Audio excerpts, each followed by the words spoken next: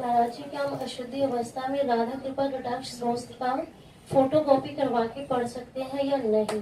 उसे याद हो गया हो तो आप चिंतन ऐसे कर सकते हैं, वगैरह ग्रंथ लेकर पढ़ना निषेध है।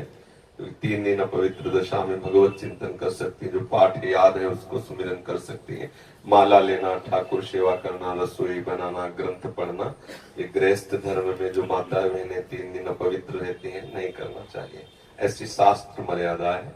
फिर जैसा ठाकुर जी प्रेरित करें, शास्त्र मर्यादा है, ऐसा नहीं करना चाहिए। महाराज जी, जब हम अशुद्ध हैं और भगवान इतने शुद्ध हैं, उनको कोई चीज अशुद्ध नहीं कर सकती, तो फिर हमारी आप अपने आपे को भूल जाओ फिर कैसे? हाँ बस यही तो बात है। इसीलिए तो कह रहे हैं नियम से चलोगी तो भूल जाओगी। नियम से चलोगी, बनाई हुई मर्यादा से चलोगी तो शरीर भान भूल जाओगी। और नियम अगर विपरीत दशा में चला गया तो शरीर भाव पुष्ट होता चला जाएगा। एक खास बात है, आप एक पत्नी व्रत ले, आप धर्म से चले तो आपको वैराग्य हो जाएगा, आपकी वासना नष्ट हो जाएगी। दवा अगर नियम से खाओगे ना, रोग नष्ट हो जाएगा। और आप व्यभिचार करें, चाहे जितना करते चले जाए, आपकी वासना बढ़ती चली जाएगी, आपकी गंदगी बढ़ती चली जाएगी। ये नियम है वही चेष्टा। लेकिन एक पत्नी व्रत ले, धर्म पूर्वक चले तो आपको वैराग्य हो जाएगा। कितने ऐसे गृहस्थ हैं जो वैरागी हैं, पति पत्नी दोनों घर में रहते हुए भी ब्रह्मचर्य हैं। और कितने ऐसे कि देखो बोले कितने साल, बोले 90 साल के, तो बोले क्या पूरा जीवन हो गया, खाक बटोरते हैं कहां, वही के वही खड़े। सब सुलझने की बात है। तो इसलिए हम पहले शास्त्र आज्ञा पालन करें तो परम पवित्र प्रभु हैं और हम उनके परम पवित्र अंश हैं, ये बात समझ में आ जाएगी। और जो शरीर अपवित्र है उससे हमारा राग खत्म हो जाएगा। अभी शरीर अपवित्र है, शरीर अपवित्र है तो हमारा भाव भी अपवित्र है, क्योंकि हम शरीर से युक्त हैं। आप कभी ये मानती हो कि मेरा शरीर अपवित्र हुआ? मैं नहीं।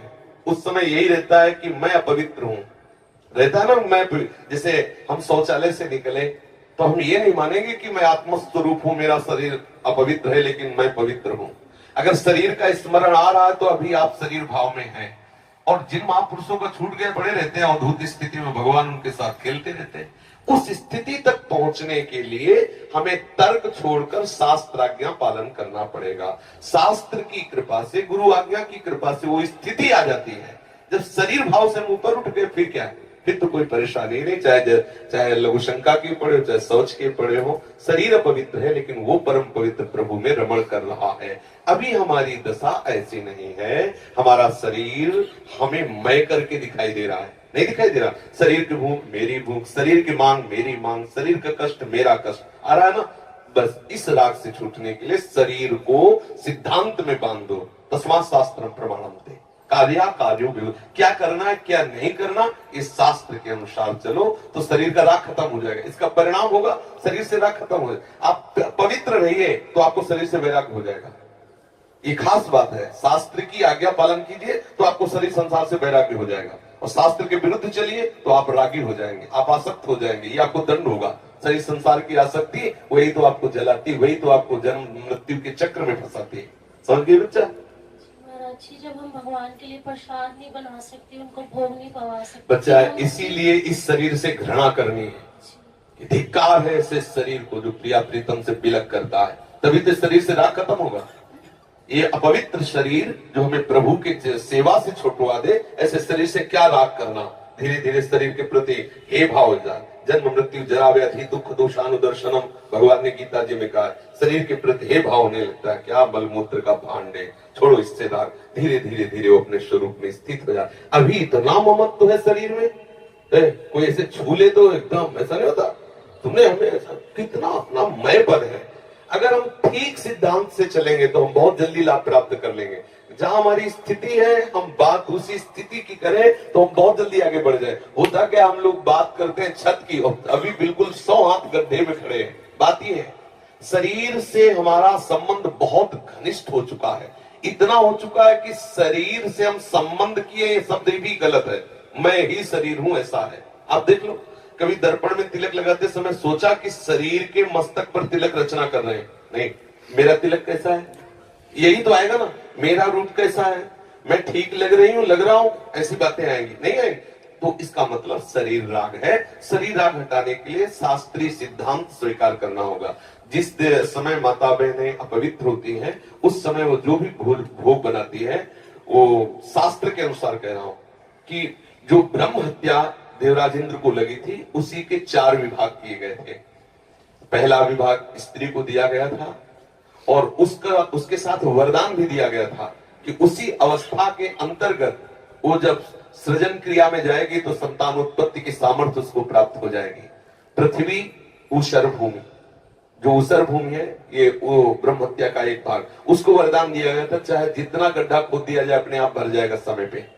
वृक्ष की गोंद जो निकलती है वो ब्रह्म हत्या, और उसको वरदान दिया काटने पर भी पुनः आप हरे भरे हो जाओगे, मतलब समय आने पर आप वृक्ष रूप धारण करो। और जल में फेन बुदबुदा काई, ये ब्रह्म हत्या के 4 भाग के। और जल को आशीर्वाद दिया गया कि कभी भी कहीं भी पवित्रता होगी तो आप उसमें सम्मिलित होगे, जल छिड़को, आचमन करो, जल के द्वारा पवित्रता। ऐसा 4 वरदान भी उनको अलग अलग दिए गए और उनके लिए विधान भी किया गया है। देवराज इंद्र को जब ब्रह्म हत्या लगी थी तो शास्त्र में मर्यादा चली आ रही है, अगर इसका हम पालन करेंगे तो शरीर से वैराग्य हो जाए। जैसे अब जो बच्चे वैराग्य ले लिए हैं, भले वो स्त्री शरीर में है, अब उनके लिए नियम खत्म हो गया कि वो 3 दिन अपवित्र रहेंगे तो छुएंगे नहीं, क्योंकि खत्म संसार के भोग राग, संसार का क्रम खत्म। अब वो वैरागी, अब वो 8 पैर प्रभु की सेवा में लगे हैं। पर अपने गृहस्थ धर्म से है, शरीर सुख की कामना से है, शरीर का हम प्रयोग कर रहे हैं अपने इंद्रिय सुख के लिए, तो आप पवित्रता धारण करो, जिससे तुम्हारा ये राग नष्ट हो जाएगा। समझ रहे हैं ना? नाम जप तो कर सकते हैं हम बता देते हैं, गृहस्थों को भी कह देते हैं कि आप मंत्र चिंतन भी कर सकते हैं, माला से नहीं, मंत्र चिंतन भी कर सकते हैं। स्नान किया, मंत्र चिंतन कर रहे हैं, भाई अंदर हमारे जो चिंतन हो रहा, शरीर ही तो अपवित्र है, हम बाहरी चेष्टा नहीं करेंगे। हम मानसिक ठाकुर सेवा भी कर सकते हैं, मानसिक पाठ भी कर सकते हैं। हमें चतुरासी जी याद है तो हम ग्रंथ नहीं छुएंगे, ऐसे पदगान करेंगे, नाम कीर्तन करेंगे, ये सब हो सकता है। लेकिन प्रकट में जो शरीर द्वारा चेष्टा होनी है, तो फिर उस समय 3 दिनों तक ऐसा शास्त्रीय महापुरुषों का और संतों का आदेश है, तो हमें वैसा पालन करना चाहिए। किन अवस्था में शरणागति मंत्र ले सकते और नहीं ले सकते? हाँ, शरणागत मंत्र के लिए वैसे हमने बताया है कि शौचालय में और बाथरूम में हम मंत्र ना जपे, पवित्र हो करके आचमन आदि करके फिर मंत्र जप करें। और जैसे हम अपवित्र दशा में जैसे ट्रेन आदि में यात्रा करते हैं, सोच गए उन्हीं कपड़ों से, उन्हीं पास फिर नाम जप करें, मंत्र जप न करें। मंत्र में थोड़ी पवित्रता की आवश्यकता है, नाम जप करें। जब हम पवित्र हो तब मंत्र जप करें, और अगर आप पवित्र हैं तो हर समय फिर जप सकते हैं, केवल शौचालय और लक्षण का छोड़कर। दिनचर्या में भी जैसे रसोई पकाते हुए घर के काम, बिल्कुल बिल्कुल मंत्र जप सकते हैं। मानसिक हाँ, चलते फिरते बिल्कुल बिल्कुल कर सकते हैं, बिल्कुल कर सकते हैं, उत्तम बात है।